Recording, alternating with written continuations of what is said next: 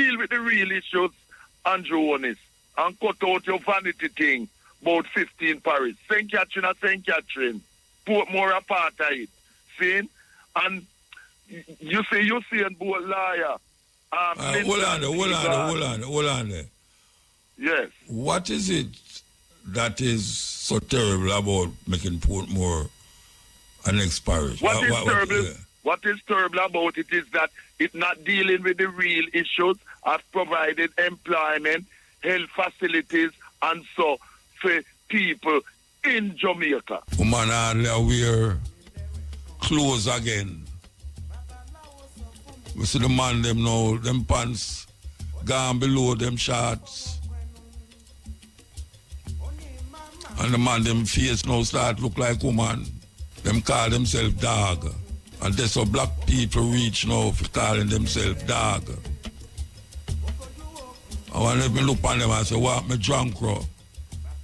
If mother box me in my face or thump me in my mouth. We celebrate Black History Month still. Why you look at the people them who say last week program was like a movie. Them I watch. Yeah. So we are do the same thing this week again, you know. Not the same things them, or the same music them, but the same Black history. And, you know, that's how we have to do it. Because nobody else now do it. That's how we have to do it. You know, when our musical bridging them pass where Freely, Hamilton, bridging who used to live with our third world and have some hits too. Yes. Pass where we want to say condolences to them family and them friend them and all who know Freely. Great voice in the music industry, great voice. And a whole heap of ones nowadays they even know them man there, but I know nothing if you don't know them because a whole heap of people know them and them do them work. Freely Hamilton, we call him Freely, yes. We want to tell you, say, give thanks to science and technology because the voices of the dead can still be heard through science and technology. I will give thanks to that. We're going to go to the first break and come forward. Freely, we just talk about Freely Hamilton a while ago. Same pathway. Long time artists from them time there, you know them really pathway. Live on through music. So you know, as we are telling you, say it's Black History Month. Yeah, Black History Month. We want you to listen to this. Make we stop the music and set up this. We want you to listen to this. Here we go, here we go. In the 1880s, Ethiopia pulled off one of the greatest diplomatic tricks in history, and it all started with a single word. When Italy tried to colonize Ethiopia, they signed the Treaty of Wuchale with Emperor Menelik II. But there was a deliberate mistranslation. In Amharic, the treaty said Ethiopia may seek Italian assistance in foreign affairs. In Italian, it said Ethiopia must, making it an Italian protectorate. Menelik, furious at the deception, tore up the treaty and prepared for war. In 1896, at the Battle of Adwa, Ethiopian warriors armed with modern weapons and sheer determination crushed the Italians. One of the few African victories against a European power at the time. The world was stunned. Ethiopia remained independent, inspiring African resistance movements for decades. And Italy? They learned a hard lesson. Never underestimate a nation that reads the fine print. I'm so glad, I'm glad to have many friends, black and white, Indians and colors, national, international. I'm so glad. Deep in Africa, that go for that one there. So you know, we have on the line here, Joshua. Good night, sir. Joshua? Joshua?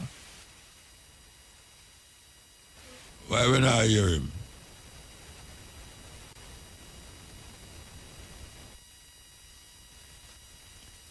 Him drop off, him up on a high building. Kyria lead. Them other liquor station have the roads like some. All right, Joshua. Greetings.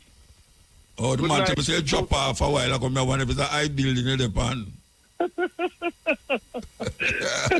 Why? Oh, you the man?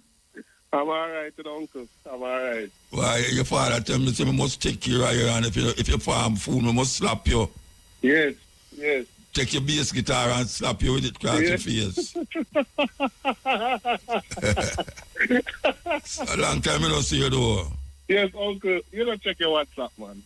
I don't check my WhatsApp. You don't really check your Instagram, neither. Well, mother see you upon it? Yeah, man. I put out one of the video them what they do in a 2021. You mean the video with your player?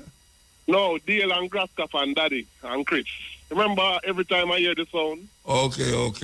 Yeah, man. It can go on good on YouTube and Instagram and things. That means I have some money to get from you then. You better start making the money at uncle. All right, we'll talk to Joshua Jones, son of Jack Jones. My drummer from, I can't ever tell you when, years, travel all over the world with me. And him passed away last year. And this is his son, Attack. His son is a bass player. Yeah, we go the other day. Where we go? Martin. We go St. Martin. First time we go tour with him. So, him going to revive, it look like him a revive but the school band, school band. Is that you do right? You bring it up forward. Well, it's a part of it that. The whole thing named School Jamaica now. And the whole mission is that we see the deplorable state of the music, and we believe as professional musicians and young custodians, we believe that it's our mission to teach it. You know what I mean? Teach everything what we know and include the elders them as well to help share that knowledge. Okay. So by what medium you going to do that now? By what means you going to do that? Medium? What medium you going to use to do that? Well, we're primarily online. We have our own platform, schooljamaica.com, and we'll be hosting master classes and a lot of online products, you know, PDFs, real books and these things like, you know, music products. Oh, you know, say father did have a drummer book. Yes, the art of reggae drumming. That will be on the site one day as well, you know. You must press it, you must reprint it, man. Yes, true. I need the advice. Yo, the advice you just get the money and go a printer. I can show you the printer if you go. You don't need the advice for that. All right. I see you send me up flyers. You keep something. Yes. Tell the people them what you keep. All right. So February 21st, that is Daddy's birthday. We're keeping an event at Johnny's place called Schools Out. Oh, this Friday. This Friday, yes, that. Friday, yes. So the whole mission behind Schools Out now is live instrumental Jamaican music. Not much talking, not much singing at all. It's just instrumental music akin to Jackie Mitu and Scatterlights and Cedric Brooks and stuff like that, you know? Okay. And that is what time? It's doors at 7 and showtime is 8 p.m. And who make up the band now? Tell me who make up the band. Well, the band contains Cowie and Williamson on bass, the bass player for Stephen Marley. You not play bass? No, I have to be doing. You don't know it, go uncle. I have a lot of management stuff to be doing. Organizing and thing. Okay. Yeah, man. So Yinga, the violinist, the bad violinist will be on stage as well. Top brass, which includes the 3 young handsmen who run in the place now, O'Keel, O'Shane, and Randy, and Trombone. See them the other day. Yeah, man. Makiri White, who play for Romy and Virgo, will be on drums, you know. And Sharpman will be playing guitar. Your friend Sharpman, Jimi Hendrix. What do you mean, man? Jimi Hendrix. Jimi Hendrix, we call him. Yeah, man. I know when I get through that show there with me. Yeah, we so do it, man. All right, so tell me something now.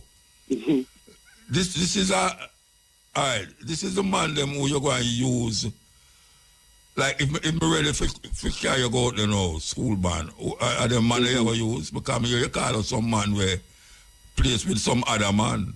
Right. Well, it's a collective, you know. So really and truly, you know it already. It's really next man up. So school is more than just a band now. It's more of a brand. You understand? Okay. Yeah, man. Our network is huge and everybody is capable. You know? No, man, I talk about capable, you know, I talk about if me ready and if you another man ready. No, man, I'm me. Eh? If you ready, it's me, that. Okay. You ready? No, man, it's me, Chris, and Makiri and Graskas. Okay. Yeah, all right, sir. Well, we're glad to hear that. All right. So, all right. Tell me exactly which part of this thing I keep, because some people might not know exactly which part. All right. So Johnny's place is 35 Dunrabin Avenue. It's on the like you're going towards the boulevard. Yeah. You know? Yeah, man. 35 Dunrabin Avenue. Johnny's place. It passed which part? It passed. Tell me where it passed. All right. So let's say you're how much are the stoplight them? Yeah, let's say you're coming from Afetri and you pass Merle Grove and CVM on your left. Yeah. So you take your left now and you start the boulevard. That's a Dunrabin Avenue. Yeah. And you just drive to maybe this after the second stoplight on your left, you're going to see a sign that says Get Spry. Is a gym at the front, and Johnny's place is in the same address at the back. Oh, near the big mall there, the plaza there. Yeah, man. Yeah, it's right across the road. Across the road from the plaza. Right. All right. Yeah, that's easy to find. Mm-hmm. All right, I was sorry to come. I forgot travel far the next morning, you know, so me say me will come still. Yeah, man. And you and Auntie Jackie, you don't know you have your +1 and everything. Everything starts out. Jackie have +1? You and her. Me have the +1? No. You say you and Jackie have +1. I want to see you, Charlie, you call my wife +1. No. No. Yeah. Not like that. How would that laugh? I don't know who that, you know. Somebody around there laugh, man. Anyway, tell your mother, all right, give thanks. I talk to your mother more than I talk to you. You don't answer your phone, man. No, when we come up on your yard, you know, you don't sleep up there again. True. You don't sleep up there again, man. All right, sir, give thanks, yeah? Give thanks. That's this Friday night. Yes, Uncle. Johnny's place and Dunrabin. All right. Give thanks, Virgin. Yes. Yes, that was the son of Jack Jones. I can't even mention how much years me and that Virgin they had tour, you know. I think it's about maybe 40 years, you know, maybe less, maybe less still, but it gone over 30. Because I know say from before me had the cutting edge. From before me had the cutting edge, me had him a tour. Yes, that's a serious thing. Passed the last year. Okay, we're continuing at the Black History Vibe, Black History Month, and that's how we're there.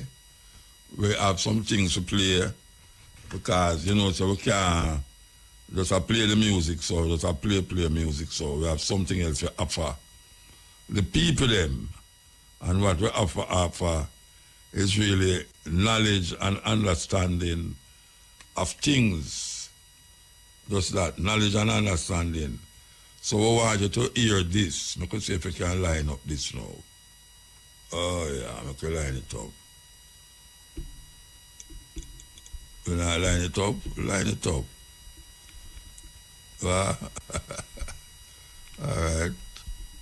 In a world where empires crumbled and freedom seemed like a distant dream, one man stood tall against tyranny, a king who refused to bow. This is the true story of Haile Selassie, the emperor of Ethiopia, whose bravery lit a light of hope during World War II. When Mussolini's fascist troops invaded his native Ethiopia in 1935, brandishing modern weapons and murderous tactics, Selassie didn't capitulate. He resisted, defying overwhelming odds. He brought his battle to the world stage. Before the League of Nations, the African ruler believed he was the first to say, "It is us today, it will be you tomorrow." And his words still echo today. He warned the world of the dangers of ignoring fascism, and history validated his judgment. Selassie, even in exile, roused his people to resist. Ethiopia was liberated from occupation in 1941 with determination and assistance from Allied forces. His tenure served as a reminder to the world that even in the darkest of times, justice will always prevail. Haile Selassie was more than an emperor. He was an embodiment of resilience, dignity, and the unyielding spirit of Africa.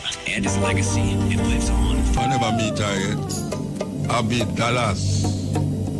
A big tune whenever I usually get played on radio. Black is the color of my skin. I love how she do it, man. Yes. Black is from Montreal, you know, as we say. Continue the journey.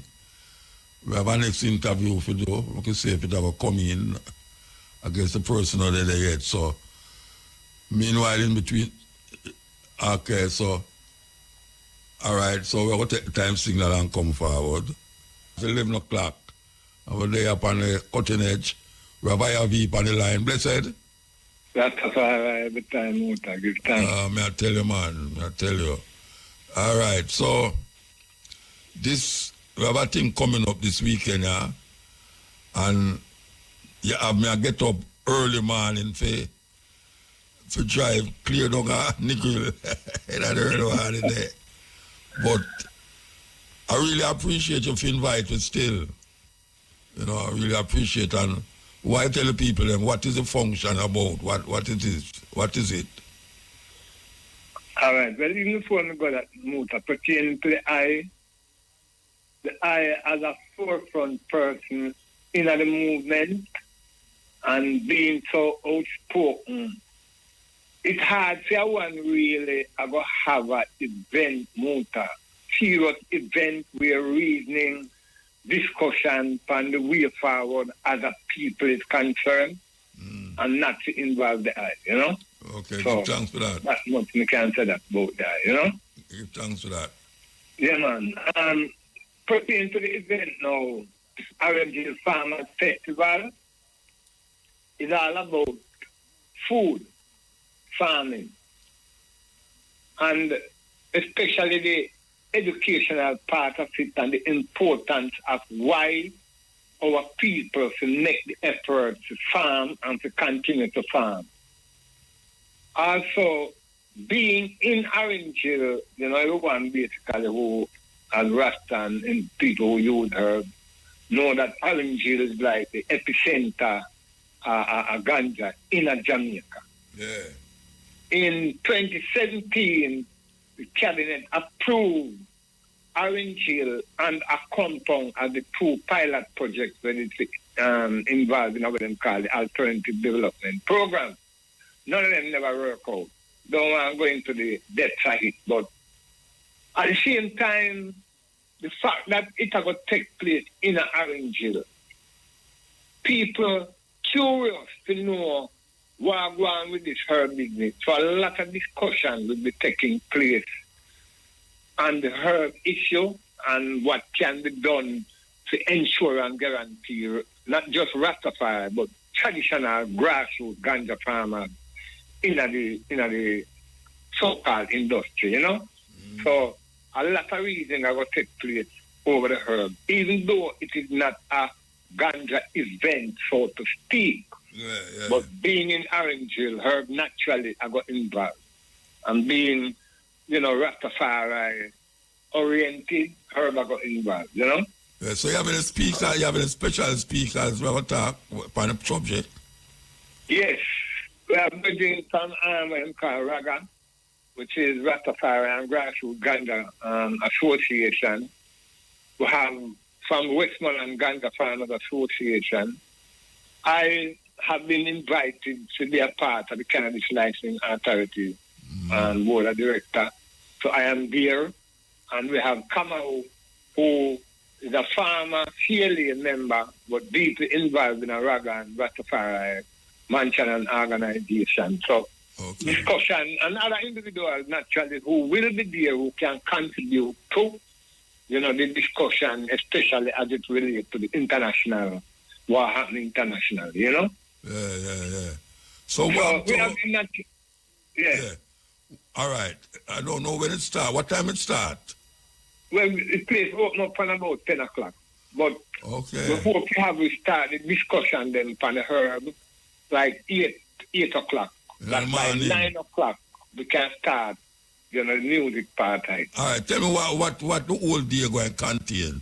Run, we don't want what going to happen right through the day. So the day, it can just be music, man, I pass through, collect them food, buy food, eat food, buy drink, and who wants to stay.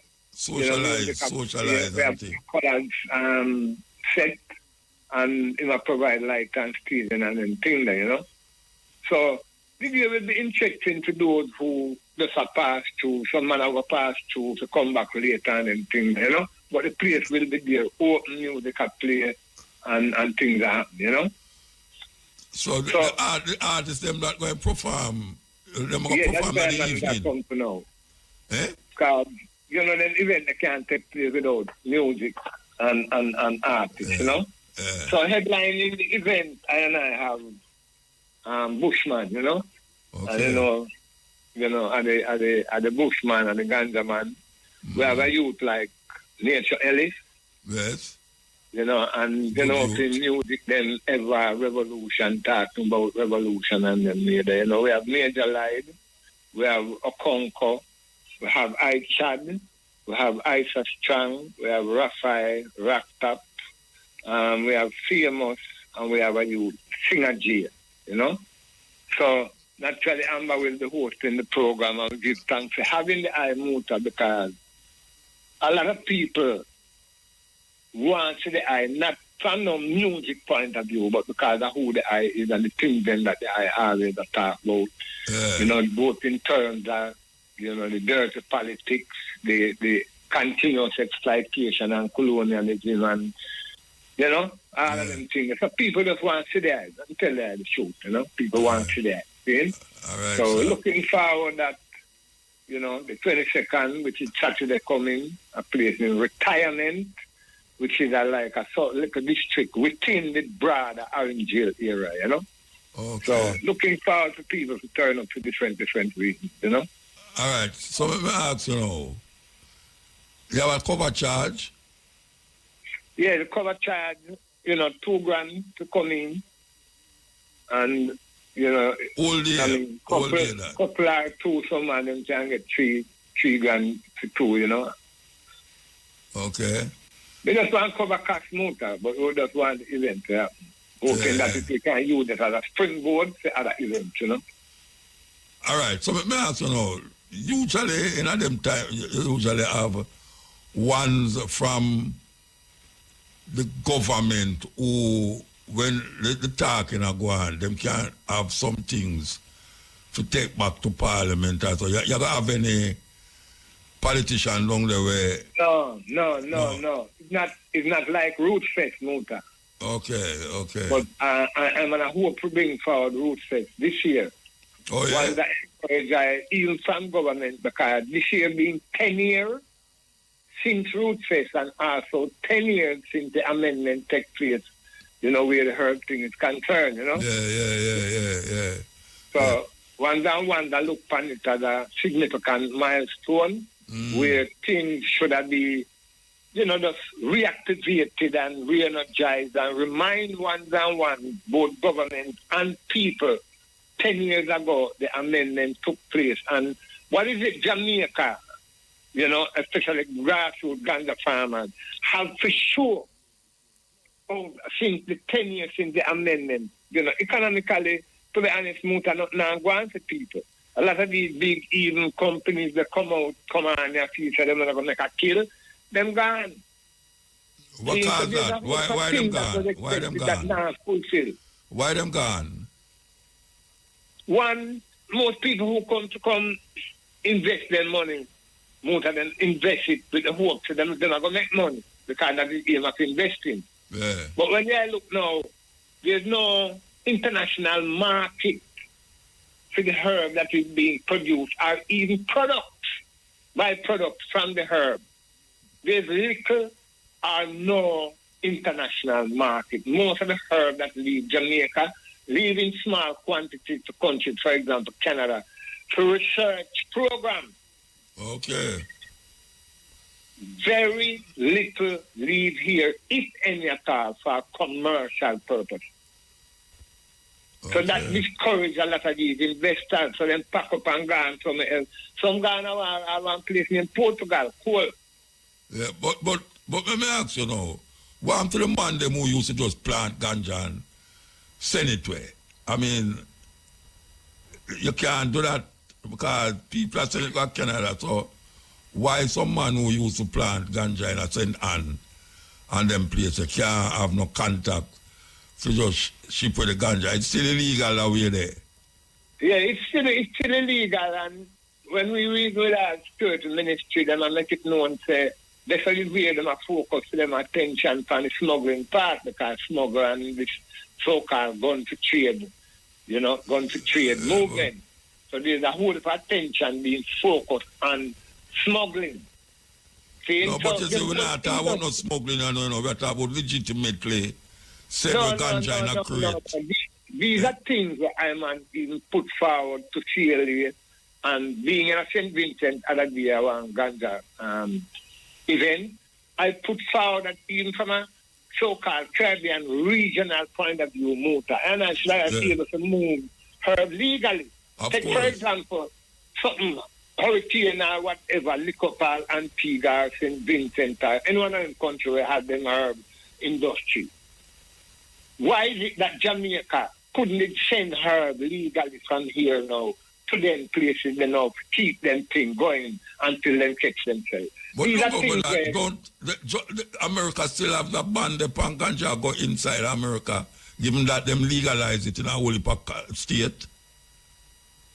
Yeah, but it's all about it's an economic game America play now. Everybody know that the economic game, because them use federal law claiming that federally it is not legal, but state to state, state legalize. These are things where the so-called leadership in the CARICOM countries move to sit down and discuss them things seriously, and Rasta have to be at the table. Yeah, or at least and I voice need to be heard in some way in terms of how we should this herb movement going forward, Yeah, but me hear America, well, maybe not know like how Trump did, maybe reverse all of them something there, but a whole heap of people are sell ganja in America now.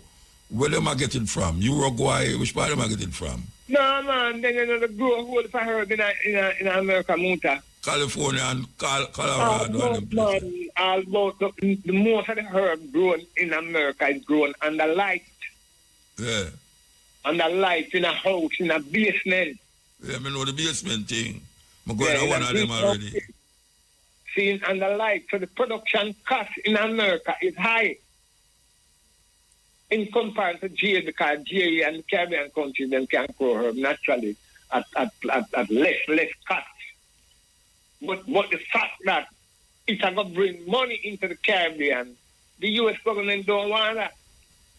Europe and America, Muta, and I know, to them constant aim is to keep them so-called farmer colonies in constant economic poverty.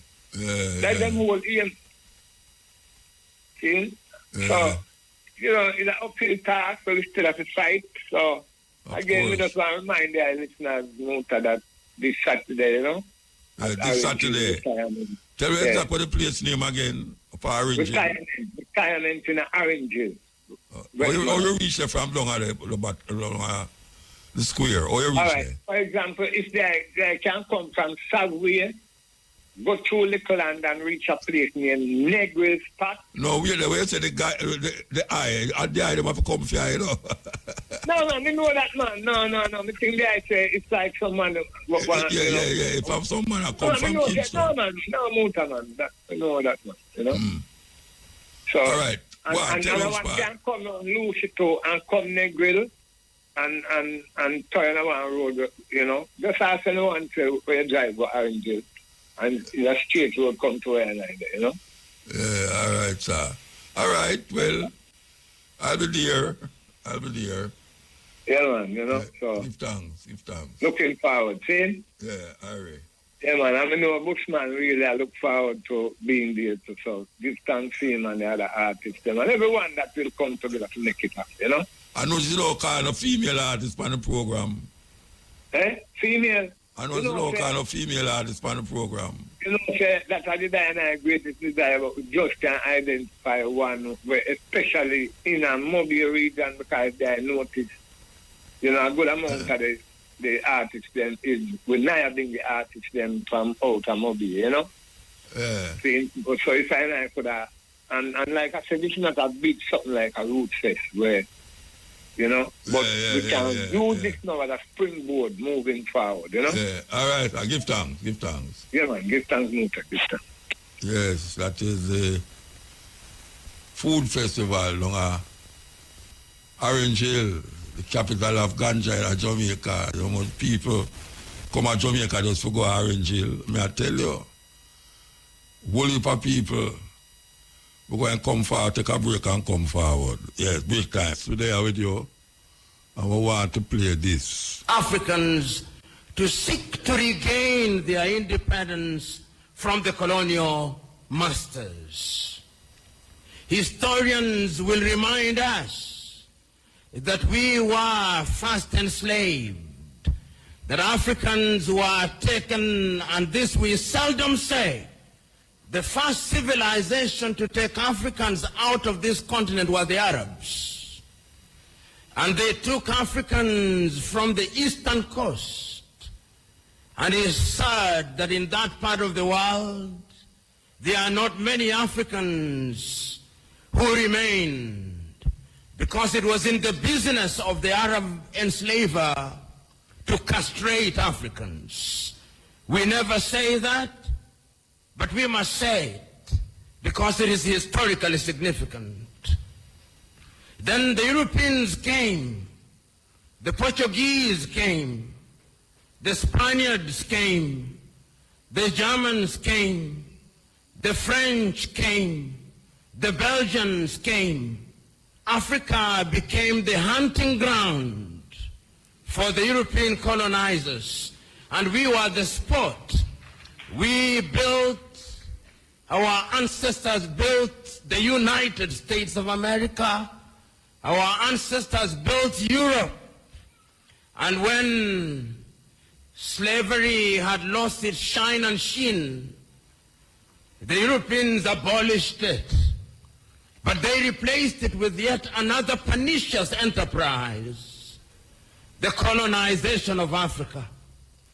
The Europeans sat in Berlin, in Germany, in 1884, and they looked at the map of Africa and parceled it out. The British had their share. The Germans had their share, and Tanzania or Tanganyika was their share, as was Rwanda and Burundi. The Spaniards were Johnny-come-latelys in the arena, and they got little Equatorial Guinea and Southwest Africa. The French were here, the Portuguese were here, and we were colonized. This time round, they did not take us away. They came here, and they controlled us, and they told us, not in so many words, that we were children of a lesser God. And we were treated as if we were children of a lesser God.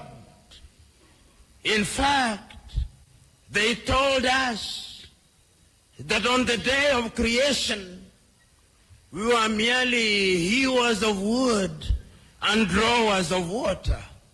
And if anybody were to doubt it in 1948, it was more blatant when Hendrik Verwoerd instituted the apartheid regime in South Africa.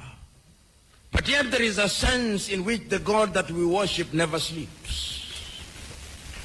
The colonial enterprise ran its course, and the European tribes, the Europeans never called themselves tribes, they called them nations, were engaged in a war. First in 1918, the European tribes fought, and they had something called the League of Nations, which died.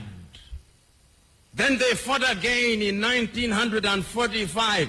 And what is unique about the European nations is that when they are engaged in tribal wars, they call them world wars.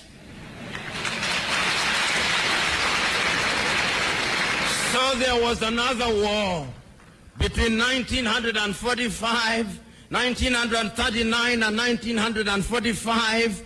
And after that, a new kid on the block, the United States of America, took the lead in saying that colonialism was something that was undesirable. But at that time, Africans were never quiet. Those who had been taken out had already started agitating. Many of us here will remember Marcus Garvey, of whom Bob Marley says, Garvey was a buffalo soldier in the heart of America.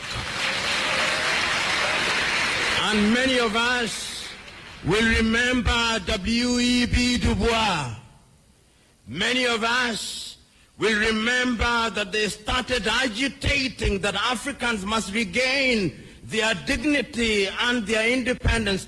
And indeed, in 1847, in Liberia, a small group of Africans were brought back in Monrovia, and Liberia became the first independent black nation in the continent of Africa. So soon thereafter, in Sierra Leone, they also created yet another colony. But Africa was colonized, except Ethiopia, which they tried to take in 1938 and exiled Professor Dr. Haile Selassie, and unfortunately they were defeated, as you remember, in the Battle of Adowa. Africa can defeat European tribes.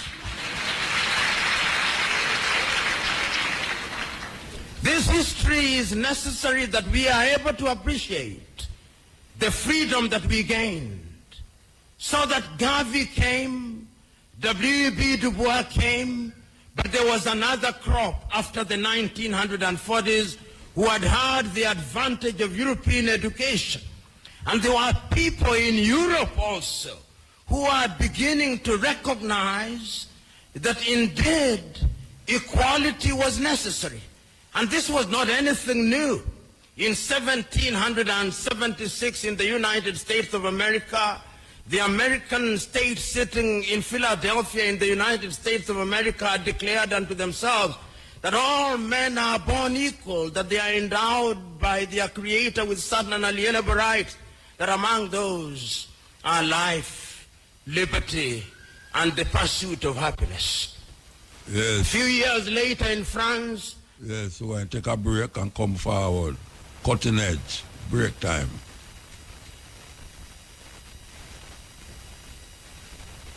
Break time. History is necessary that we are able to appreciate the freedom that we gained. So that Garvey came, W.E.B. Du Bois came, but there was another crop after the 1940s who had had the advantage of European education. And there were people in Europe also who are beginning to recognize that indeed equality was necessary. And this was not anything new. In 1776 in the United States of America, the American state sitting in Philadelphia in the United States of America declared unto themselves that all men are born equal, that they are endowed by their Creator with certain unalienable rights, that among those are life, liberty, and the pursuit of happiness. A few years later in France, after the revolution, they also recognized that we were to be equal, so that the colonized nations which had now taken Africans thought that they were safe. They had taken Leopold Sédar Senghor from Senegal to Paris, and they thought that they were creating a little Frenchman. Little did they know that they were creating somebody who would want to overthrow them. They took Félix Houphouët-Boigny from Côte d'Ivoire, and they thought that they were creating somebody who would be subservient to them. They took Ahmed Sékou Touré and Modibo Keïta, and they thought they were safe. Little did they know that they were creating the future leaders and agitators against French colonization. And it did not stop there. The Portuguese also took Agostinho Neto and Amilcar Cabral and Eduardo Mondlane to Lisbon. Little did they know that those individuals would be the catalyst that would be necessary in the process of decolonization. The British also had their fair share. They took others. They took Mwalimu Kambarage Nyerere, Hastings Kamuzu Banda, Kenneth David Kaunda, and many others to the United Kingdom, Jomo Kenyatta. Little did they know that those would be the individuals who sometimes later, and in Ghana, of course, they took the Osagefo, Kwame Nkrumah, and in Nigeria, they took Dr. Nnamdi Azikiwe, Abubakar Tafawa Balewa, and Sir Ahmadu Bello, the Sultana of Sokoto. There is a sense, therefore, in which these individuals started recognizing that having been enslaved, having been colonized, we now had to liberate ourselves. And the agitation started. And Kwame Nkrumah and his Ghana acquired independence in 1957. And I still can hear Kwame Nkrumah through the vicissitudes of time saying in Accra, Ghana, that Ghana is free and will never be colonized again. But the freedom of Ghana means nothing if the rest of Africa is not free. RFM, #1 reggae station in the whole wide world. Woman hardly aware because the vice intrigue him. The vice grab him. And him jump on the bandwagon. And nothing wrong if you jump on the bandwagon because you might hear a music where you love and stay upon the bandwagon, and that lead to something else. But them say, you have to be inspired. Something out there must inspire you. We need a lot of inspiration as African people. Because even the idea of African people frighten enough people. Yeah.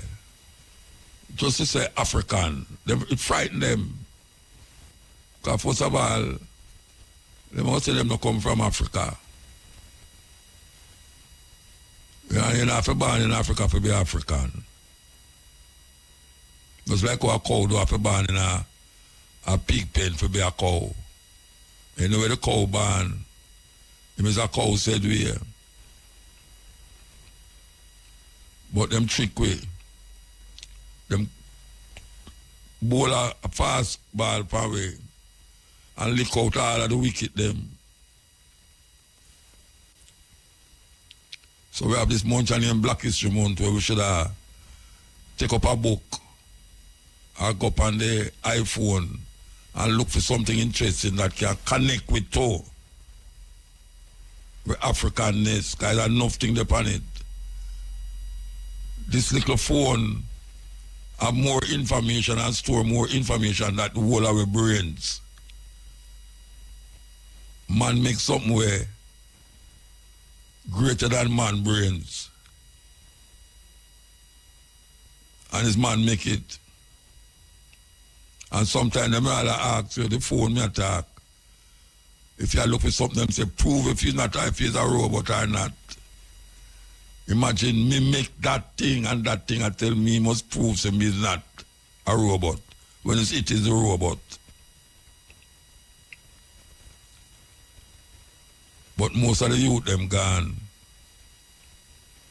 Them gone. Hype up and hype up and hype up. And them feel say that is life.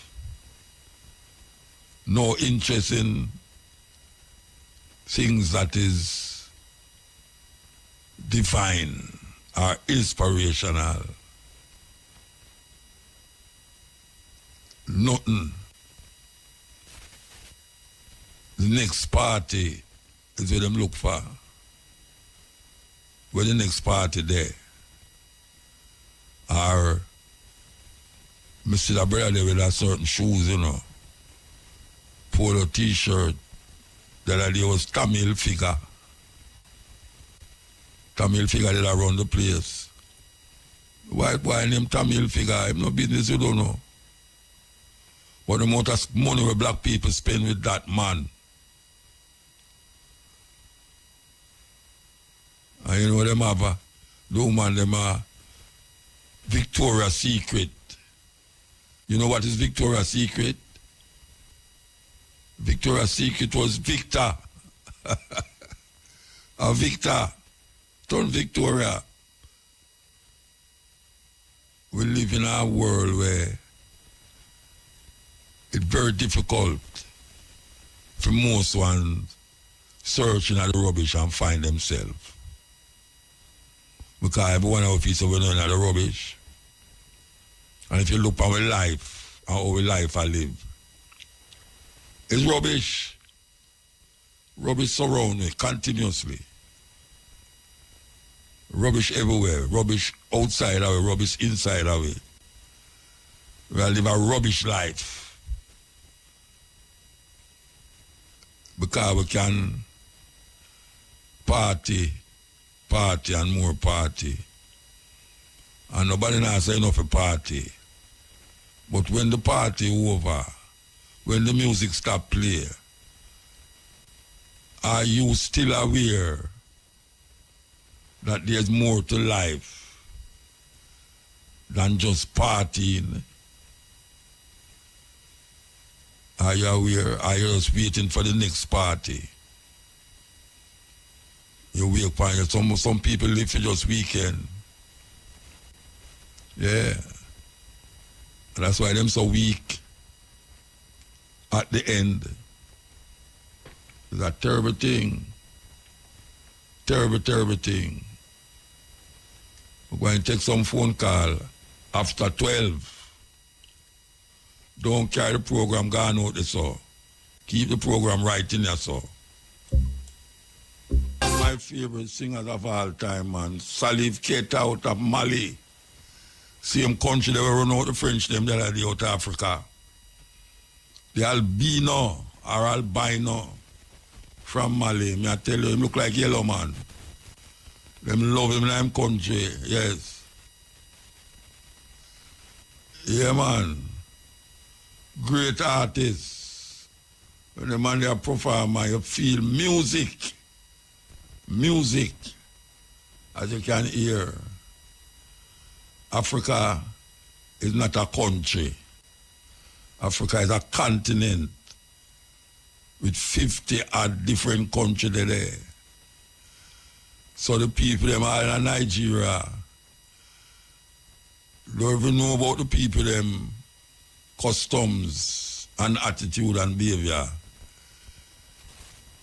in a Senegal or even in a Mozambique.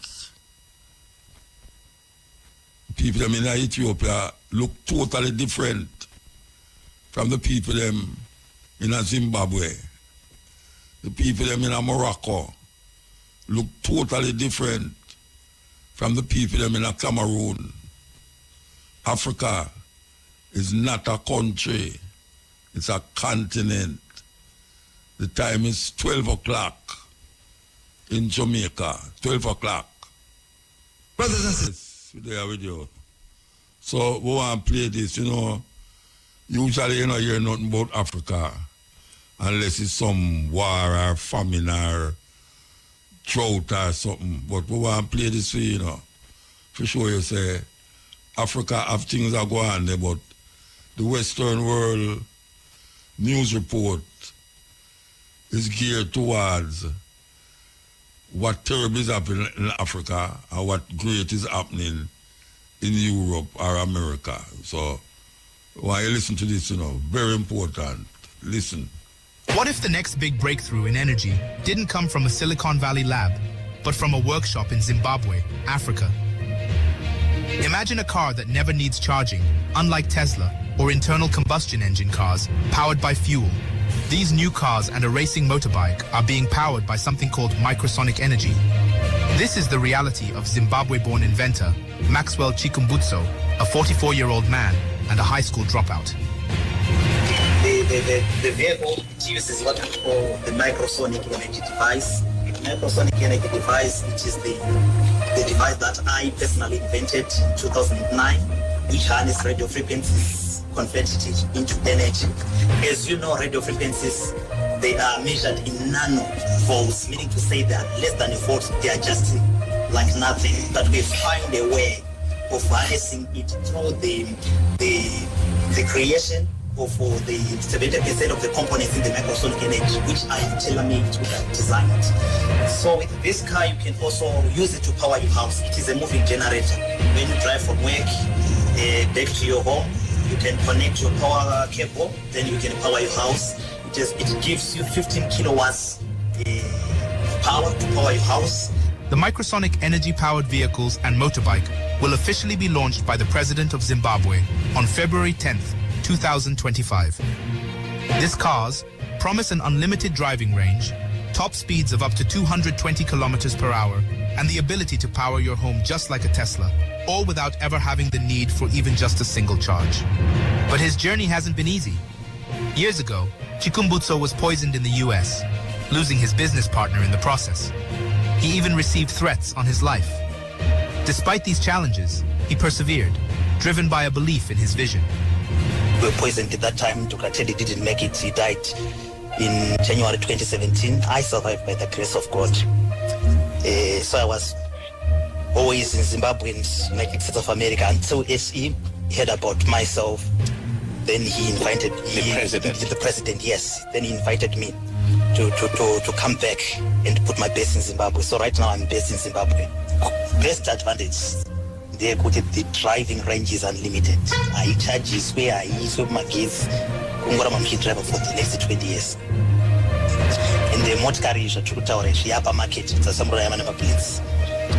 2015 we have been working hard, testing needs, homologations, CPCA certifications, ISO certifications, FCC standards. Even when it comes to Zimbabwe, 2018, you are the inventor. Yeah, I'm the one who invented the technology. Maxwell Chikumbutso's story is as incredible as his inventions. A self-taught genius, he began tinkering with gadgets in the late 90s, building radio transmitters, digital navigators, self-powering televisions, and even a turbine engine from scrap metal. He says his inspiration comes from visions, ideas that come to him in the night. Is there any other technology working? With this technology, this is the first vehicle in the world.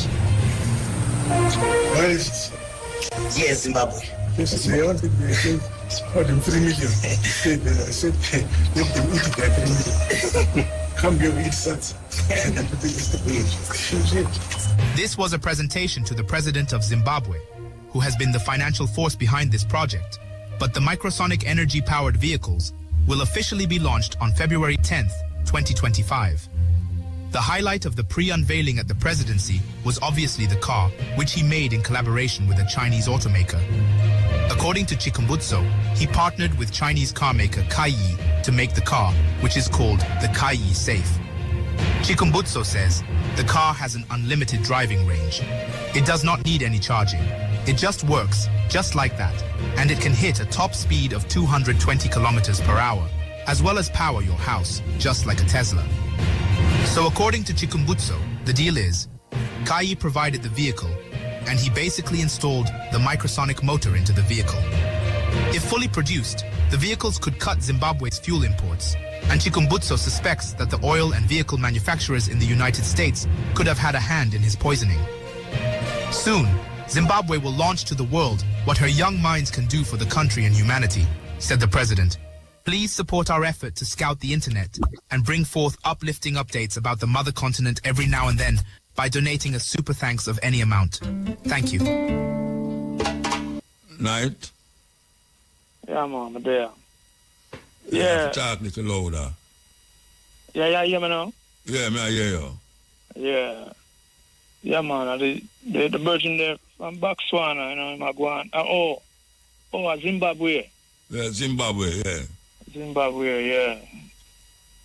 Yeah, it's a good thing, but here I know.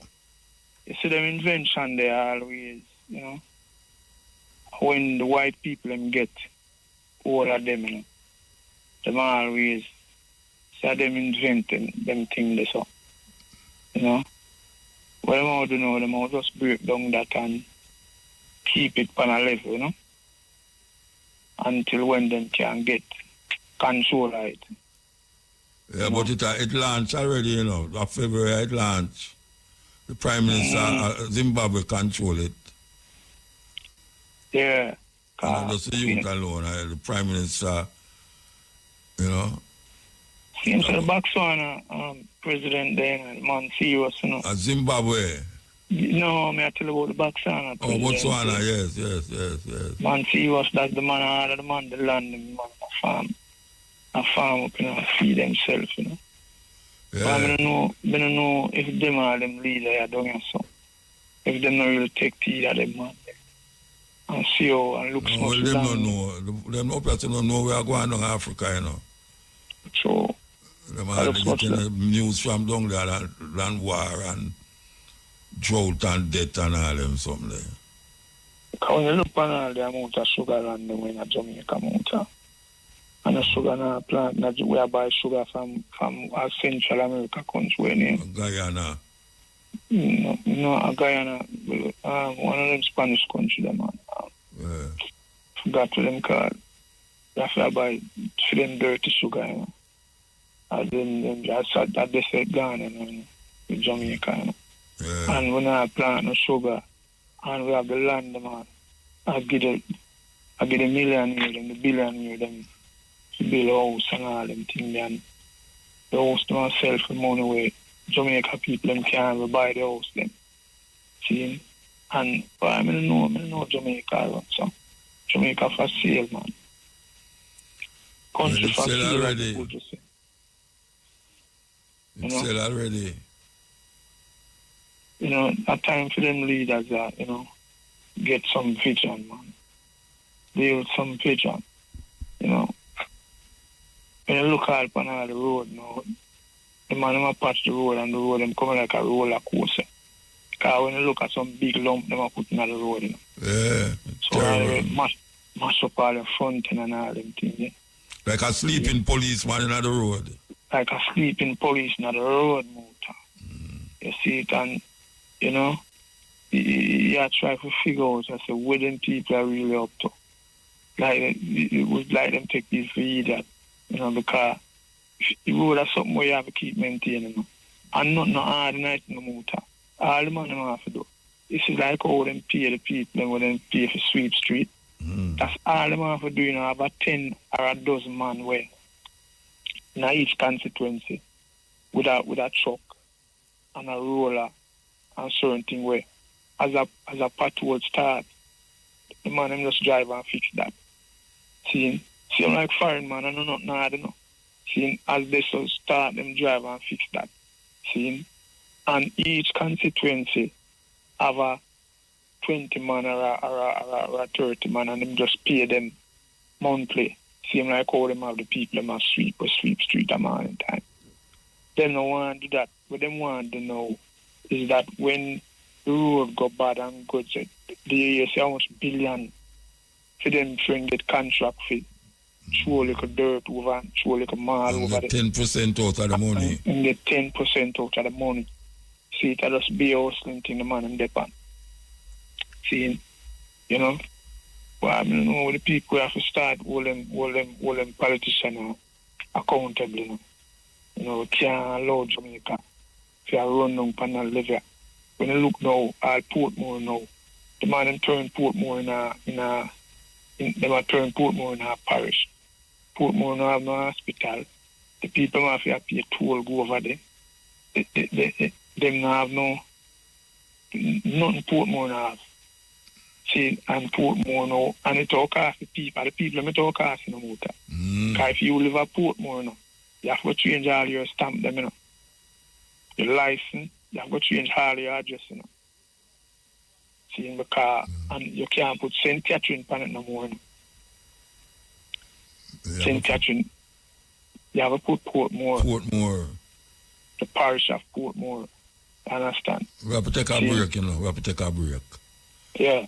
Yeah, we'll take a break. Here's a reggae fact during Reggae Month, brought to you by Irie FM. Winston Hubert McIntosh, more popularly known as Peter Tosh, is a Jamaican singer, songwriter, and founding member of the Wailers in 1993, after which he established himself as a successful solo artist and a promoter of Rastafari. Tosh was posthumously awarded Jamaica's 4th highest honor, the Order of Merit. That was a reggae fact during Reggae Month, brought to you by Irie FM. Kaboom! Kaboom! Irie! Them little fool there try copy them for stop it!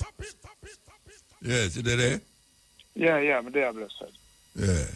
Yeah, man, we touch on Trump now. Muta, is it Trump? I don't want to underestimate Trump, you know. Trump is a man where, you know, say Trump, I want smart.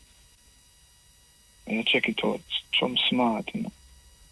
Because Trump wants to stop give Ukraine the money we are going on Ukraine with war. And Trump make the man know say him not run the election for how long now. So him run an election or him say he's a dictator. Him say he's a dictator. He's a dictator. See, change something ready for change him, you know. See, because Trump find out say if them continue the war with down there, so with Putin. Trump to my man a Biden man. See, because my man and Biden are friends. And Trump want to cut off that. So Trump want to get rid of him completely, you know. So Trump are going to fix up himself like I must stop the war. And so what more do know, more just change him, talk to Putin and change him, and then get it back to a level where them want it. You see how them man they go about things. I see that Trump want to be like Putin. Yeah. It's one of them role models. I can't tell role model go. To him thing go, because Trump want Greenland, you know. Mm-hmm. So Trump want Greenland, and plus Trump want some more time in the White House too. So, you know, I forgot what it turn out, but I mean I tell them man where I run Jamaica, you know. See, because I not even know say money that come for the transgender them people, you know. They never know say so much money that come again for them, you know. Because me used to question why them put up them flag. You know what I mean? See? But I know I see why the flag get put up. Because the flag take down, you know. See? So I know I see why the flag get put up, you know. But we want to tell all of them, man, seeing both opposition and prime minister and all of them say. You see them land, them sugar land the way where we have, and them land the way where Lake Hills and where them are go around and sell them friend, them work, I give them friend like them, I give them friend like them, I go farm, and then a man same change in mind, them I build house and all them things there. Farm up the land, use the land and the farmland, them and farm up the farmer with the farmer, them farm up the land. See, you know, stop. This what I import and the nasty food them when I import from the US and all them things there. See, and I mash up the people, the Muta. When they go in the hospital, you know, a big diabetic, you know, you see the people, them, you know. You look on the people, them leg them, you know, look on the people, them, you know, start. Swell up, you know. See, you know, you have to wonder, this is a pandemic in general. See, and it never used to go so. See, and most of the food of the people I eat, man. See, everybody have diabetes, everybody have some young youth. See, and the man, them have the land, them, you know. See, now get the farmer, them, a matter of fact, them take the land them from the farmer, them. See, can't work somehow, want to bring back Jamaica up on a level where, you know, I want a farming respect and all them things there. See, the people, them, Virgin, we are going to have a country where you import 6 times than we export. You know how country can't grow them with a motor. Can you imagine a man that makes 6 times the profit of you? See, and anything you buy, you know make no profit, you know what you do. You understand what I say? Can't continue, man. See? And we bless up, come now, you say all them constitution thing that that can be done so I go on already. Me don't say the man them walk on. So me don't know. See, because the man there are right where he want right, and the next man know like he not have no control over what go on. So the mafia go buy Muta. Jamaica sit on a level in a way, you know. I don't know, you know, but the massive have to change Jamaica, you know. Yeah, man, we have to march out there and change Jamaica, man. Anyway, bless them. Yeah, man, Iron man, give thanks. Yeah. Give thanks. God taking Jaffa Cole out of Cote d'Ivoire with a burning spear tune, slavery days. Yes, Haile. Hello? Yeah, blessed. Manners, man. Good morning. Morning, sir. Yes, Simon here. Well, hear me now, bossy. Give thanks, you know. The other day I see the Bob Marley's museum there, Bob Marley party. But 2 years step party and strong, we could rush the star, you know. We have to just jukes one time. Okay. So you never see me that sit down and do the program. You couldn't come the time there. As you walk in, I see all the bag them a strain and buy me for go for the whole place and rush for come take the bag. And I said, I know look how them gone with all my flat man and me for go take Muta bag and up struggle with No, but me talk about when we start the program. You never see me. Yeah, I come around there one at a time. I'm the right of the wall, let me start up, you know. Right, let me there. When to me see place I get dark now like rain. And so me kind of lift gear. Okay. Well, bossy, let me get to some of the matter then quick. See, when you may listen to the program too, you know, back in our country over there, Cabo bring a lady there, Miss Mother, I tell her to come explain what it entails of we becoming a republic. The minister. Yeah, Mrs. Ford. Yeah, and must be no Cabo never fly the line. Come say, ask my 2 questions because it reached to a point where Cabo said, well, right now it seems to me, Selassie, and 2 of them want to move right now, the opposition has slow it down. And them next move is to go to a higher authority to get Jamaica. The opposition has said, them not. Now, we did, so, Caribbean court, I forgot with like, yeah, because them, it's like, seems like for them want to say, keep the crown. And the opposition has said, no, lose everything. If we just make one move and done, so. They must say, well, if you are object against it, we still are going to push through and see, you know. So, man. Hello? Hello? Well, I him get cut off, Bridging. Him get cut off.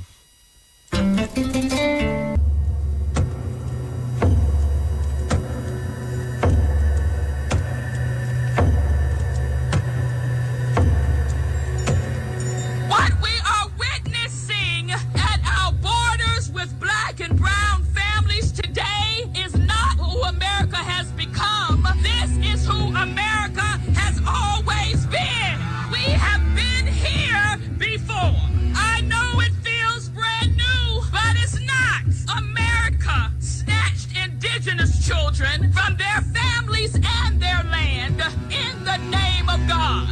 America enslaved African-born children from their families for subjugation and control in the name of God. America snatched Japanese American children from their families, ruled by fabricated fear in the name of God. America snatched 250,000 predominantly black and brown children from parents who are caged in a prison industrial complex that is too profitable for the few in the name of God. And let us not forget, America sent back fleeing Jewish refugees back to their death in the name of God. America snatched over 30,000 children and caged them in juvenile detention centers where we would rather incarcerate than educate in the name of God. America has been here before, and here we are again, declaring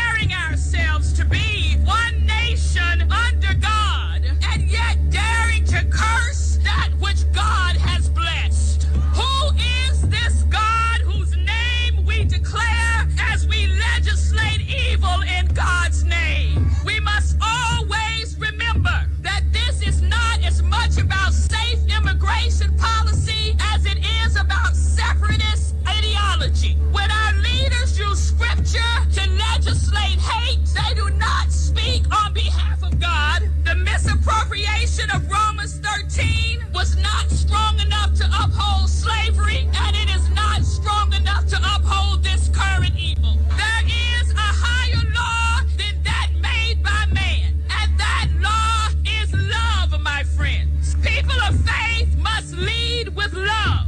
People of faith must legislate with love.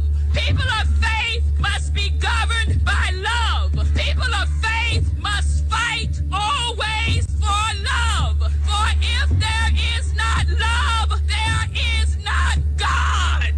Remember, history says love always wins. Balancing the truth and the controversy, addressing the youth and their calamity, motivated by concern for the whole of our liberty, the promise of a new reality, the cutting edge of true intensity. So here's the thing. I'm 53, and so racism is generational, meaning that racism has changed over the years from what it used to be in the 60s and the 70s, even in the 80s. Racism these days is more subtle.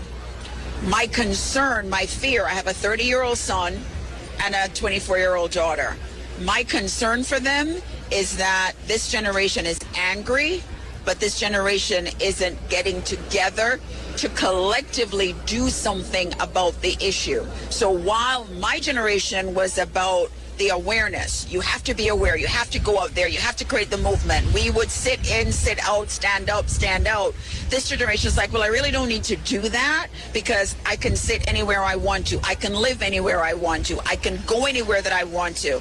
This is the thing. The mentality of the individuals who practice racism has not changed. The only thing that's changed is the way in which they express it. Racism is something that is taught. You are taught, don't like that person because they're black. If you look at 2 little children, 3, 4, 5 children playing in a park, they want to play because they're all little kids. They get older and they're told, no, you can't do this. Timmy can't play with Jaquanda. It just doesn't happen. Chica, get out of the road. This is New York. So the issue is that this generation needs to recognize, even though you think you can live anywhere, you try moving into an all-white neighborhood where they really don't want you, the cross will come. They will still burn it. So it's not that we can truly live anywhere we want to. It's just that we have more areas that we can live. The reason that we're not as dedicated as a group to fighting the issue of racism is because before we were all subjected to live in one location, in one area.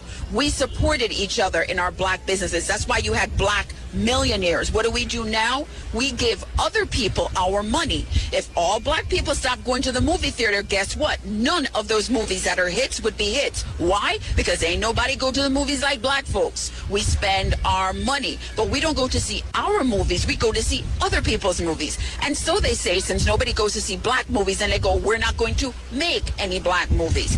Back in the day when you could only go to the all-Negro theater, guess what? Everybody went. Everybody supported it. Now that we have choices, we've left our people behind. So my recommendation, my suggestion, my commitment, my prayer, my hope for your generation is love what you're doing, but you got to recognize that the power is in the numbers. The power is in doing it together. The power is in being a collective, cohesive unit, which we're not. Other races recognize that about us, and so from even a financial perspective of how we spend money, that's where the racism comes into play. They won't go into our stores, but they want our money. They won't come into our neighborhoods, but they want us to spend money in their neighborhoods. They won't come into a black car dealership, but who are the ones who drive some of the very, very expensive cars? So it's not that we don't have the money. We just need to be educated about how we spend it, because we have more power than we realize. We just don't know how to utilize and wield that power. If black people, nobody else but black people, decided that they were going to stop for one day, a 24-hour period, to stop spending, they would be amazed at the impact they would have. But no matter how much black people get together and say they're going to do that, there's always somebody somewhere who is like, I'm going to go to that gas station anyway. I'm going to go to that place anyway. And that's why it doesn't change and it doesn't end. But make no mistake, racism in America is alive and well. It has not died. It has not changed. This experience that my daughter had 3 weeks ago in Stone Mountain shows me that there's a whole other generation of people out there proposing racism, supporting it. They truly believe in it. The next time you're in a mall and a white person bounces into you, see if they say sorry. They don't even see you. They don't know you're there. So it's not that they're being rude. Honestly, they don't see you. It's called being invisible. I'm not American. This has been an amazing experience for me coming to this country as an adult, having children in a society that I don't know anything about, coming from a country where everybody is black and we don't refer to people by color. You have to learn how to adapt to this environment. My request of your generation is explore outside the boundaries of America, because what it is that you're trying to do, it may not necessarily survive here, but there are other places where you can truly live, be powerful, be wonderful, be free. But having to do that in America is going to take far, far more time, far more commitment. Yes, yeah. Yes. Yeah, blessed. Greetings, Muta. Aye. I am the one who spoke to you last week, Thursday, on the birth certificate thing. Remember me not tell about? Yeah, me remember.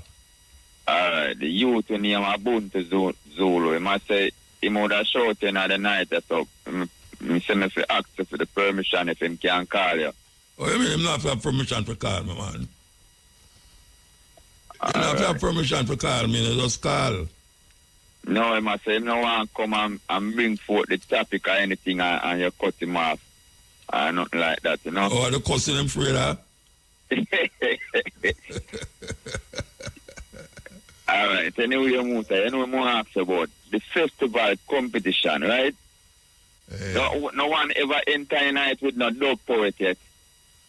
Dog poet no classify as not. I don't know because them eliminate, you know. So one could have ended, I never hear it yet, I don't know. I can tell you yes or no about that. You know, so I enter this year, but I go with a dog poet style because all you don't do it, man, how you mean? Maybe you win because that style is unique. Yeah, but when we talk to them, I know, say, like, say, it have to do like the regular festival song. What is the regular festival song? Like Bam Bam and them song there. No, man, I know everyone sound like Bam Bam, man. Where you say, man? Bam Bam a long time something, man. A long time I don't hear one who sound like Bam Bam. Nothing like I want to try the dope test it. Watch out, don't try it. I'm going to think not try it, a failure, you know. All right, thanks for the full encouragement still. No, but if you know, you see, if you try and you win, remember, say, 10% of the $1 million, you know. $3 million this year, you know. Hey, that means that $30,000, I forget then. Don't worry yourself. When I say 30,000, 300,000, when I say 30,000. 10% at 3 million at 30,000. So try it, man. Try it. Trust me, try it. Yeah, man. I will do it, man. Yeah, man. Anyway, more large up whole have be a crew them still. I like the taxi driver them for the whole have be a route. Big up my girlfriend Marsha. All the Quick Rex scaffolder, the JEP crew, IWSMP J crew, same way. And condolences to my virgin Andrew, otherwise called Bayer from Olava Bay, the person of his grandma, Miss Jude from Olava Bay. So. Okay. Yeah, man, because I saw the thing going on, brother. So give thanks, Muta. I mean, I have a short Ubuntu. And I can give you a short night. Yeah. All right, sir. Give thanks, man. Yes, I respect. Yes, so where will they know? Where did they yes, where did they? We will play this. Do you want a better Africa? Believe it or not, for Africa to change, the way religion is delivered must change. Churches should stop preaching about miracles and breakthroughs. Popular preaching such as sowing a seed or, give and it shall be given unto you, have been misinterpreted for personal gain. No wonder pastors of today are so rich and yet the whole congregation and people around them remain poor. We are stuck with a generation of Africans who act as if God is the rewarder of laziness and poverty. The message churches send is that it is possible to reap where you did not sow, meaning you can get something out of nothing. Why should a child choose to learn the hard way if there is an easier way? The live for today attitude does not create wealth and people die without living any legacy. You then sit and wonder why Africa is the way it is today? The gospel of prosperity should be shamed and work around the fact that laziness can never reap real success. Christianity has played a very big role to the fall of Africa today, but that is not what it is intended for. Spreading messages of instant success have led to a generation of people who are thirsty for instant results, immediate relief, and effortless profit. The messages should not just focus of tithing and sowing seed, blessings, miracles, breakthroughs, and wonders. Churches should stop glorifying riches acquired through miraculous sources, stop preaching fear and stop focusing on what the devil or witches did, does, or will do. Instead they should preach positive news and focus on messages that add value to the communities such as hard work, creativity, dedication, commitment, perseverance, and responsibility. Pastors can promote good community initiatives such as cleaning the surroundings, and encourage creativity and innovation. Instead of waiting for our governments to do what they do not do, we can start helping ourselves, through humanism. The brother who becomes a millionaire by simply sowing a seed, does not help build a better community, and the message of such success should not be spread and showcased.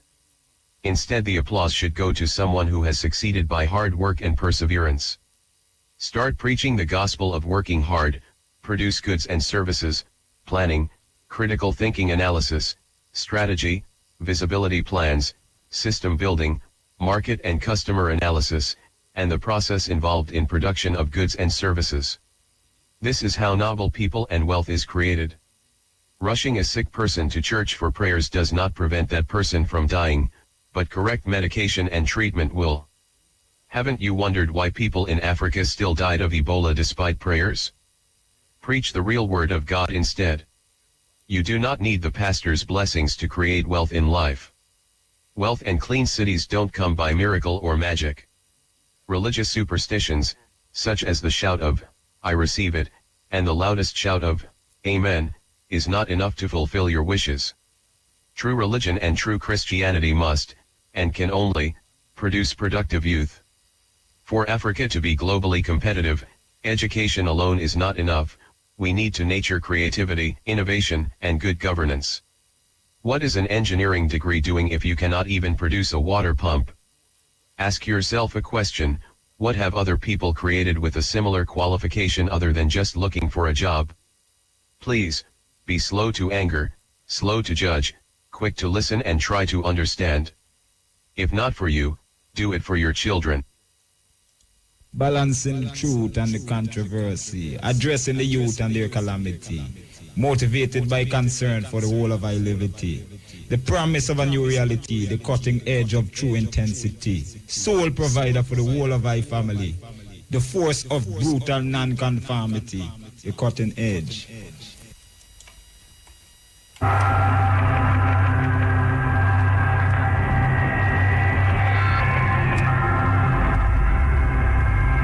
Body parts. They've been selling body parts. That's old. That's not new.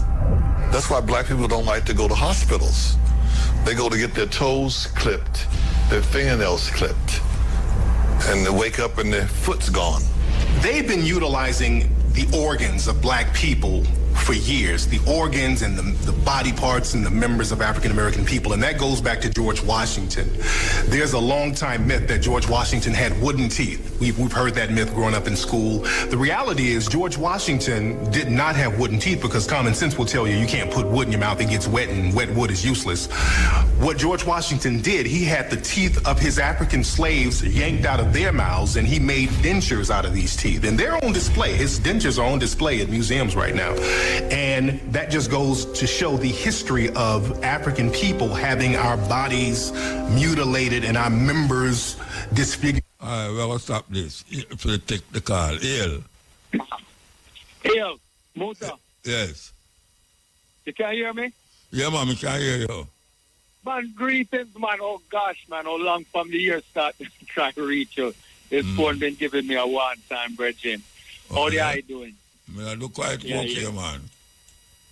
Yeah, I haven't spoken to you in a while, in about 3-4 years back when I was in school. I'm finishing up now about 3-4 years ago. I did call you and talk to the eye, but I just want to give thanks to the eye because, say in them struggles that like I finish off 3 degrees, one in electric energy engineering science. Yeah, I'm not doing renewable energy engineering now. So I'm going on my last year in fall and finish up solar, wind. That's very good, very good. Yeah, man. They call in Kabul one time to after barrel because the people are out in the west, they never have no electricity and them thing there. Them thing they like some little easy thing. I know people spend money on the wrong thing them sometimes. Because you have a little solar panel and a battery and a little inverter and one LED light. Nobody don't really supposed to in the darkness, in a them time, because people are spend money on lots of things. And, even one at a time, a few months back, near to some youth did die in Kingston because they did have some candle or something to get light in the night. And, I don't know, the place catch a fire. Yeah, them things they're like, it's hurtful, in them time. Any one of them hardware store you're going to know, you can't get a solar light to buy. Yeah, all of them little things there, little technologies and things out there where you can utilize and them things. Yeah, man. So, when they're foreign still, I'm in Florida and I just finished up a project last year. It's called RESAT, Renewable Energy Sustainable Agri-Tech, because there's some things going on in a yard, but the government now will really help the people. I wish I had more time and the ability to call in and share more things with them. But, I figure like out in West, I can't understand because Jamaica, in the cockpit, it's there's a lot of rainfall. You understand, Bridget? And that water has to come down through gravity. So whether it's above ground or underground, if you're in a St. Elizabeth Island place there, I kind of guarantee like there's wells under the ground. You may have to dig a couple 100 feet down or wherever, but you can tap into a well. And, these are like simple little technology. Them have pumps right now where you can just have a solar run it again. It's called like a Haile pump. Them pump like 30, 40 gallon a minute, Virgin. That's like 1,800 gallon in an hour. And you can fill up all one 2,000, 3,000 water container. Then you hook up like drip you use the drip system like fertigation, where you can, when the water are drip to the plant, then them can get the nutrients. And you don't even really have to use chemicals, so you can use compost tea and build your own natural fertilizer. And use them things because water under the ground and catch rainfall. And even if you want to bring it in at the house, you don't really have to drink it, but you can filter it if you want to bathe or wash with it. I use toilet, not toilet and all them here there. Yeah, there's sustainability. It's hurtful sometime in a year, like, Jamaica, they're not investing the right way to make the people in life comfortable. And even like farmers is a thing, like people scrounge on it, and with food insecurity and things that's going on right now. Because, I did a research for a project which will get a UN recognition, so big recognition as a climate activist, because 38% of school students suffer from food insecurity. That's a stats I got in America. I don't know what it's like in Jamaica. That means it's malnutrition. Once you have their food insecurity, the youth them not eat right, and that's terrible, man. I mean, that's disastrous. I mean, with the junk food, and sometimes I hear you talk about the vendor them outside of the school and thing, and there's nothing healthy that they're consuming, not even at home to balance the diet, like even when they're out the door. So the farming is a very important survival thing, and even water is a precious commodity right now. There's companies that come from the Middle East, Muta, and them come in America with some big tanker, and buy water, and bring back to the Middle East and certain countries to have water, so people to understand how precious the water sources are, and even those water sources that's in Jamaica, to protect them even with mining and certain development, because all them households them are built up. Nobody's studying the pollution to the environment and the runoff and all those things that affect the environment. And it's a rundown money, and that's dangerous. So Jamaica have to be careful how they must step up in a technology, these highways and all of these things. And, look at the farming as a serious, sustainable thing. And I'm sure there's water down in the west there where them can dig wells if them are listen. You need to check that out. You dig well. Muta, if you have up even 1, 2 DC, a DC pump with a solar panel, you don't even need an inverter. Just the pump, it pump up the water. If I told you in 1 hour you can pump up over 1,000 gallons of water, and these pumps up here for like, they must sell them for like 800 US. They call Haile pump. They're like a centrifugal pump. They're very efficient at bringing up water from deep into the earth, depending on where you have to go down. And you can pump up that water. Yeah. You can also build your own little pond, them, line it with them have these things called pond liner. They're not non-polluting, so there's nothing to worry about. You can have your little pond when rain falls certain time of year. You catch water, use that. We have to think like sustainable and look at things, brethren, and research, because a lot of people have access to the internet, but these things you can look on it and people intelligent and you have your youth them, man. We should check out some things and look at the farming and look at sustainable farming and if you kill the soil in a Muta and you spray a gram upon it and you use these pesticides and them thing there, you see once you kill the soil, brethren, all those beneficial microbes and bacteria them what to feed the roots them, because the roots them give off a sugar and then the bacteria them, the beneficial microbes them feed off of that and then keep that symbiotic relationship to make the soil natural and rich. Once you start using pesticide and chemicals and poison the soil, gone. It's dead, man. It's dead. It's not, I don't know, Lazarus thing where you can find nothing to bring it back to life, brethren. You're killing the soil.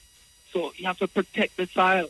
And I don't even know if the soil can even recover from that or how long it will take. And then it's like you eat a tomato or you eat a fruit, brethren, but it don't have no nutritional value in it.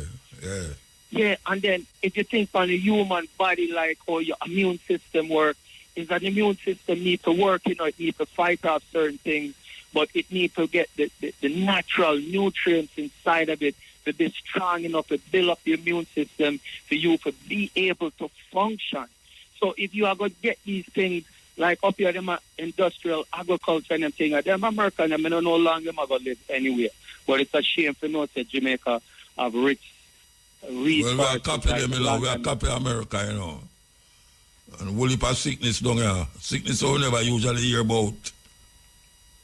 Yeah, they're not the foreign thing, man. Them run down foreign to them own detriment, virgin. I don't know, like a number for call you at a time and share some things with you through the internet. Maybe you can look it over because, my brethren and them, like the school I go to is one of the top 5 schools in the country, in the nation, Oregon Tech.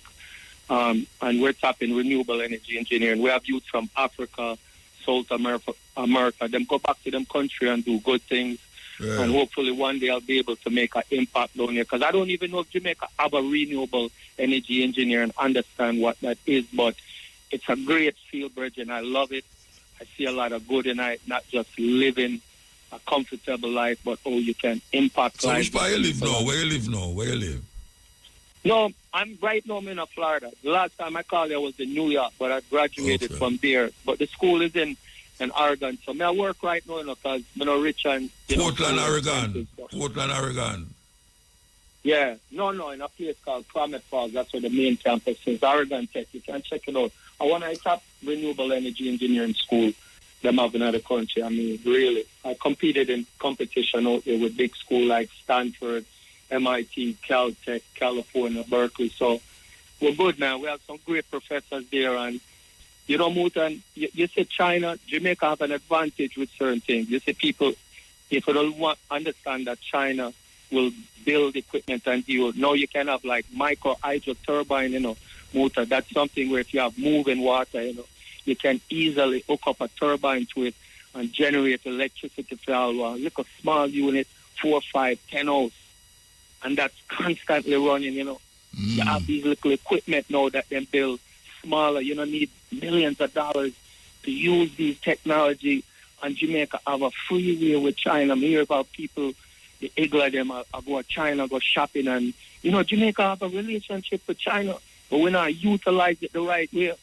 You have micro turbine, virgin, where from you have running water you have electricity all the time. Yeah. All the time, Muta. So look a small wind turbine too, if you have a little battery thing when the breeze blow, it can get a little trickle charge and them kind of way. Yeah, you know.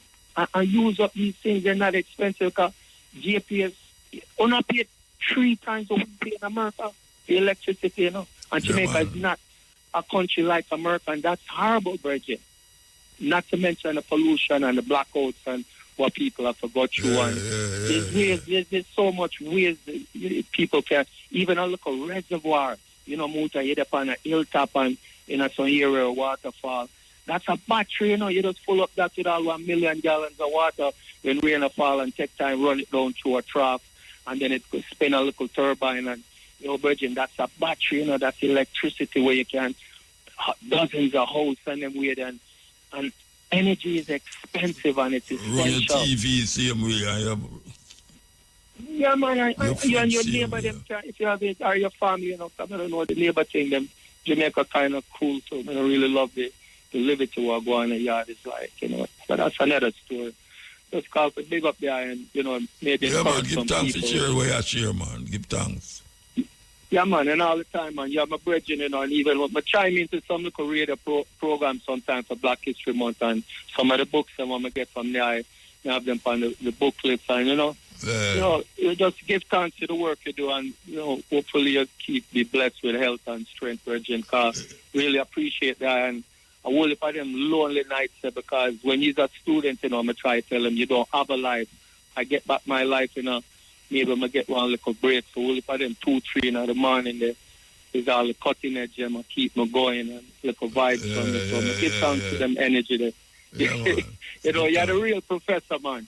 You're one of my favorite person alive, Bridget. I have you up there with like Marcus Garvey. I don't know you personally, but your works edify you. Encouraging, you're doing a great work, so maybe the world can't call you, but I know a lot of people feel the same way I do, so keep up the good work, you know, may the Almighty, the universe, everything keep you, brethren. Blessed man, give thanks. One love, my brother. Yes. Anytime you hear them call, I know, say, me can't stop, you know, because them youth, they listen for a long time, and you see what I talk about, you know. Yeah, serious thing. And youth like them, them parents used to cuss them to them and listen to Cutting Edge. Yeah, used to cuss them, say them and listen to that damn idiot boy. Damn barefoot boy. See the youth attack. Yeah, man. Youth attack, man. Raise them up. Many like that out there. That's why I say we can't stop. We can't stop. We want to play this, but it's long. So we could go to our music. We could go to our music because we don't want to cut in on the documentary. That's how we want to play it straight. So we could play a portion of this. Yeah, you know, we want to send out a condolence to Papa Fire and the passing of Mama Fire. Mama Fire, one of them eldest daughter, they were every Rasta man know her. And for those of you who pass, I go Portland, you will see that building on the right there. Only political building on the right. She used to make coconut oil. Also Dutch pot. Well, that sister, that mother passed away. And we feel it because a long time she stand up in the Rastafari faith, long time. And now she gone. So I love all the ones them who know Mama Fire and know say that daughter way. When it come on to food, she will feed a nation, man. Anywhere you see her, any function, she have something as well as related to food. It was even just coconut. You see, many people go there and chop down the coconut tree them and some of the other tree them where she did a few much years and she plant them. And many people, when I say many people, government people, them are JPS come chop down the tree them. Serious sacrilege that, you know.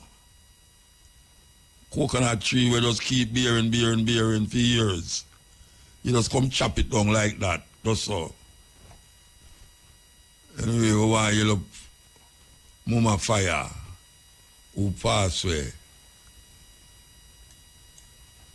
Scalia breaking for the music. Yes, Haile. Yes. Greetings. Yeah. Greetings. Yes, bless up, my brother. Right. Honorable. Yeah, don't know, Emperor, let's share on the thing.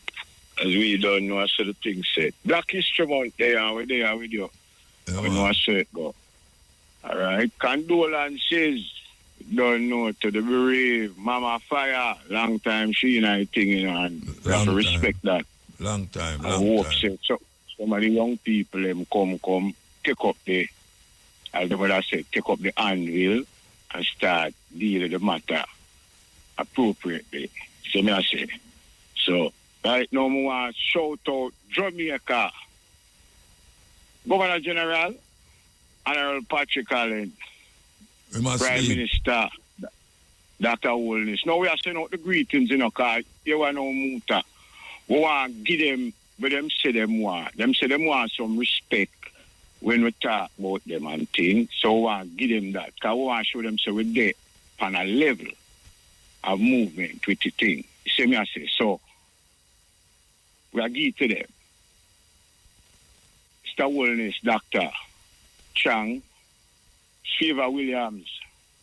I want to give a special shout out because he's a teacher. And I want you to know, say, without you and others like you, I couldn't know where I know. Because you're there for sure the way as a youth and a teacher. Big up all teachers worldwide. She used to teach there. She used to teach there. No, but as a teacher, my teacher didn't name Miss Brown. As a no, but all you know so she's a teacher. All you know so she's a teacher. Because them say she'd have worked in the Ministry of Education. Okay. Before she turned finance minister. Yeah, okay. So I have to the support where she come from with this, so we have to give her props. Okay. We're going to talk about the $3 trillion, but we're going to give them the acknowledgement of who them is. Rank and file, upper echelon, police, JDF, respect Joe, because work are going. Youth and youth, Rastafari are the way. Hold down the foolishness. We don't deal with that. See me I say. Now, I want to talk about some things in Black History Month, you know. And I want to say, Rastafari come, Marcus Garvey come, show you the way. We not change from that. We not go around that. No time at all. And I want the people to know these things. Now, Dr. Holness, I say what him say. And we hear what him say. But we don't see what him do. And we don't see what go on in the doings. Because the country in a bad state. A recession will come to America, you know. It started already. It will turn in a depression like 1930. And we have to prepare for it. So I want people to know that. Otherwise, we are say Jamaica is at a crossroads and we have to look upon it. The People's National Party need what they have called before Christmas and say, fix up the place or paint up the place to the people and all them things. And I say none of that are going on. So I don't know what to head there, but we have to change that. But I know you never big up none of the PNP people, them are just pure GLP big up. listen to this now. PMP party, no, they're together. It's not they're together. So they have to put themselves together. You see me I say? Because Mark Golding and the rest of people who are there, now go out, now, let me tell you something. Florizel Glasspool, Kielmon, Dudley Thompson, see? Them man, them know them man, they and talk to them man there from a youth a come. And now man, come in my yard and me a look at you, the man, when me a look you, the man talk like one of them basketball players. So me did see him as a youth. Come talk to my mother. So, PMP socialists, we are talking about. Michael Manley, we are talking about.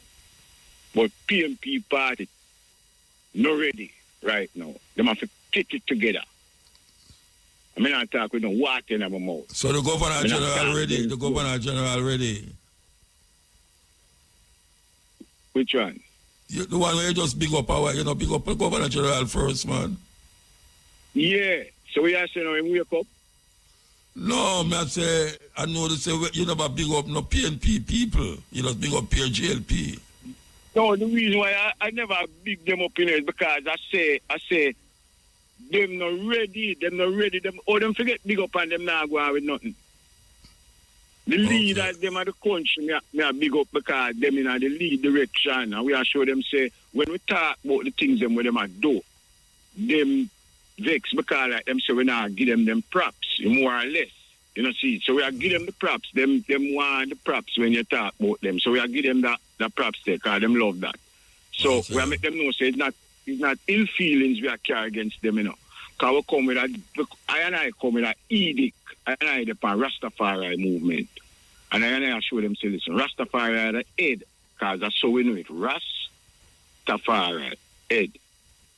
So we are showing them say we lead by example. And we want them to know that. That's why I tell you say JDF and JCF I do some work. Rank and file upper echelon. Respect. Because the youth them to know say I know that way they go. I know that way they go. Because them use Rasta as a shield. The youth them use Rasta to say, why I true to the sufferation and this and that and that, and man a Rasta, we are do the things them we are doing, and we are fight for liberation. And also liberation fighting go. And also you fight liberation. You know, fight liberation and kill off two another here and there, and for some little foolishness, some little personal grievance. And then you say, yeah, look for Rasta to secure you and uphold you. But now go work, we're not defend that. Miss Minister of Culture, Mrs. Minister of Culture, our Ministress, Olivia Grange. Marijuana must be legalized totally before election come. We are going to that. Put it on the table. Table that build about that table build about Portmore for turning off 15 parish. That's not where we're there. The resources of the government of Jamaica is not being used properly. Hold on, we have to take a break. Hold on. Yes, sir. Yes, sir. Yeah, we are say Rastafari. Totally, Jamaica, youth and youth, we are say Rasta. Read up the book them and black historical figures. Like Muta always say, use your phone, because it have easy access to information, and go learn who I Rastafari is. I man go up in the east, Warwick Isle I man come from. Trampoos them place the night and day. I know what go on. Counters and the mystic revelation and Rastafari. Usually them amongst them man and listen drum sound and beat. We want the government of Jamaica to know say all them new housing scheme the way them talk about them a build up is a misled plan to deceive the people. We want them spend the money and fix up the house them people already have. All them only per place that we have fall down with over the years, no repairs never go on. Fix up them the first, establish them the first, and then build new one after. Make the people feel comfortable. We need a safe zone. We need Jamaica to improve on a level that 75% of Jamaica supposed to feel comfortable. Right now, at 35% of Jamaica feel comfortable. 65% of Jamaica don't feel safe and comfortable. And we have to change that. So we have to establish the things that we did from now before we move on to all where they might talk about this new housing development and thing where they might try to use for kind the people. When I go for that, sure where they are already established and fix up where they are, all them community there. If you're the leader for Jamaica, you can't talk about that, just labor right community you gotta work on and them things. It now work, them the days are done. You see where I come from? PMP, if you establish themselves as a party, a togetherness, don't want to look one man here and there and thing and feel like so say it not gonna work, it not gonna work. Because change are coming up. Sam Cooke sing a song there. I best male singer in America history is Sam Cooke. And the man sing a song there. And you know the song when I talk about. What am I say? Him down by the river. A change is going to come, and that's the true name. Then that me I talk about, man. You see me I say, so I want the people to know, say, it have to happen, it have to take place. And the only outlet to the spirituality, because we now talk about religion, and the living, a Rastafari living, and that's what the youth them to edify and move towards. Because that's the tradition. You know, see? Because without love, you know, love is the key, you know. Without love, there can be nothing at all, no matter where you have. Once there's no love, it can't exist. It will fail and fall apart. Same as my brother. So, one of the people you know say, I just love identity and we respect it. All right, love sir. It. Big up. Blessed every man. time. Haile, Muta. Blessed, where are you doing? Me I tell you, man, almost 2 hours me a hold, you know, from before you start take the call them, you know, so me have to talk quick, because the pounds them a go. Okay. But listen, serious thing, man. A lot of Jamaicans in England, Canada, states, wherever they are, fed up. They went to Jamaica, invest, to say them want to, you know, improve things in Jamaica and so. I'm frustrated by all the government not acting our way to encourage them and things. Too much red tape. Yes, man. And Jamaicans go and have to pay taxes while the Jamaican GLP government allow Chinese to come and operate without paying taxes for all 15 years. Tax-free, you know, that type of thing. No taxes and things. While Jamaicans have to pay taxes. That is wrong. Oh, that's what I Yes, yes. The Chinese don't pay taxes. Yeah. So-called inducement for them come invest in Jamaica, so them give them tax-free thing. Yes, absolutely ridiculous, you know. And then you have this vanity project of Honest, the brethren of just before not talk about him want take part of my parish, steal part of my parish, St. Catherine, to turn in some 15 parish. That not helping Jamaica to turn Portmore in 15 parish. Leave my St. Catherine alone, Andrew Honest. See? This is a proud St. Catherine man, born at the capital, Spanish Town. Go turn some other place in some 15 parish. Deal with the real issues of Africans in Jamaica about Portmore at 15 parish. Portmore is part of St. Catherine. When we grew up, there was no Portmore. Me and you know that and them thing there. 14 parishes. Deal with the real issues, Andrew Honest, and cut out your vanity thing about 15 parish. St. Catherine at St. Catherine. Portmore a part of it. See? And you see and both liar. Hold on there.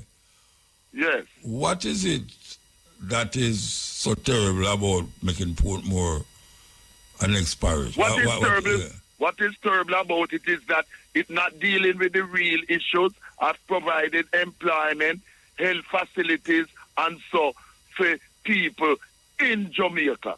So if them do that, you could have make Portmore the next parish. No, because it is totally unnecessary for Portmore to become the 15th parish. Why? Why? Yeah. Because that it is not necessary, because what is necessary is to provide proper employment and health facilities. Yeah, but when I say, all right, that means if them do not provide proper employment and thing, you would agree with it? No, I would not agree with it. Yeah, but that means I know the proper employment. No, I am saying there is no need to do that. I'm saying for all... But I say, why is there no need to do it? Why? There's no need to create an additional parish, which is additional expenses to create that.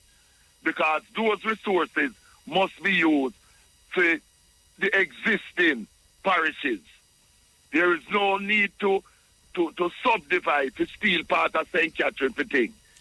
No matter to me your idea, but we just want to try to figure out what is the... No, I know what you're saying, but it matters to me. It matters to me, and that is why I've explained that there's absolutely no economic need or necessity for that, because the monies and things that they would want to use to create the infrastructure and facilities for our 15 parish should be used otherwise to all 14 parishes in Jamaica. That is as simple as that. That's a vanity project, an idiot thing that. Idiot thing that by Andrew Onis. And him should be ashamed being born at Spanish Town and I try to steal part of St. Catherine for him own vanity. I Mandingo said that. See? For real. All right, sir. Hello? Yes. Andrew Onis. Yeah. I want him know that. See? So go away. He must sleep. And Usain Bolt, lawyer, have to come out, Linton P. Garden, to say, oh, the government, instead of seeing about people's money, safety, I try saying he was negligent in depositing the $6 million US and that type of thing. They must say somebody never reach a bank with them teeth. Yeah, but Linton P. Gardner said that all the paperwork has shown that they were properly deposited and everything is in place. And the result of the financial inquiry into all Usain's money and other people who had account in SSL were stolen, that has not been made public to the public. And they should be made public to the public. The government hiding certain things. That is where Andrew wants to deal with real issues. And no fly-by-night vanity 15 parish thing. Well, if you take out fee money, before, you know. If you take out fee money before it leak. Exactly. SSL, like you get an inside talk. Yeah, exactly. So that show you the corruption. Fee money safe, while the money of Usain Bolt and others not safe. And you know, next thing we put off Jamaicans, why them stop investing in Jamaica overseas, is banks in Jamaica stealing people money under the guise of your account gone dormant. You see, in Britain, no matter how long you have your account and thing, your account does not go dormant because your money is your money.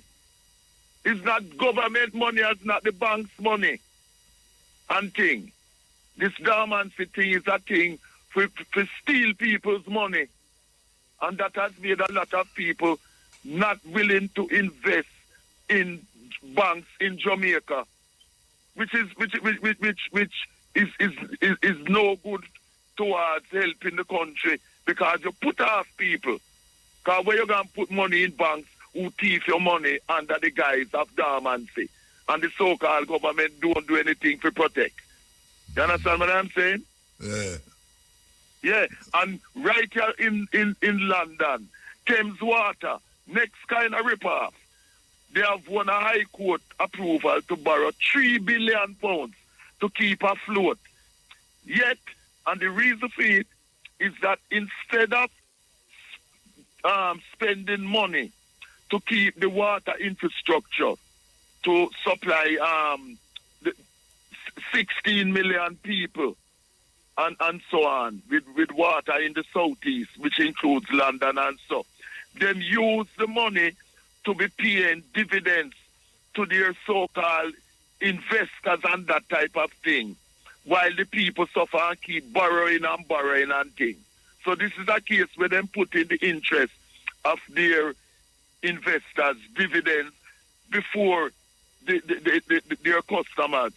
Of 16 million households in London and the southeast who have no option to change them supplier from Thames Water and must pay them water bills or face costs. And them asking, and it's a monopoly them have, and they have run up 16 billion pounds worth of debt after borrowing against its asset to fund dividends for them parasitic dividend investors and that type of thing. You see? And the 3 billion from major investors who them already owe 11.5 billion already. And this is why public utilities in Jamaica and England and elsewhere should be nationalized. They should not be private things. Public utilities like water and electricity, which are absolutely essential, should be nationalized. It should not be there to make the few become richer and richer. They should not be privatized. They must be nationalized. All right, sir. Give thanks. Yeah. Him gone? Okay.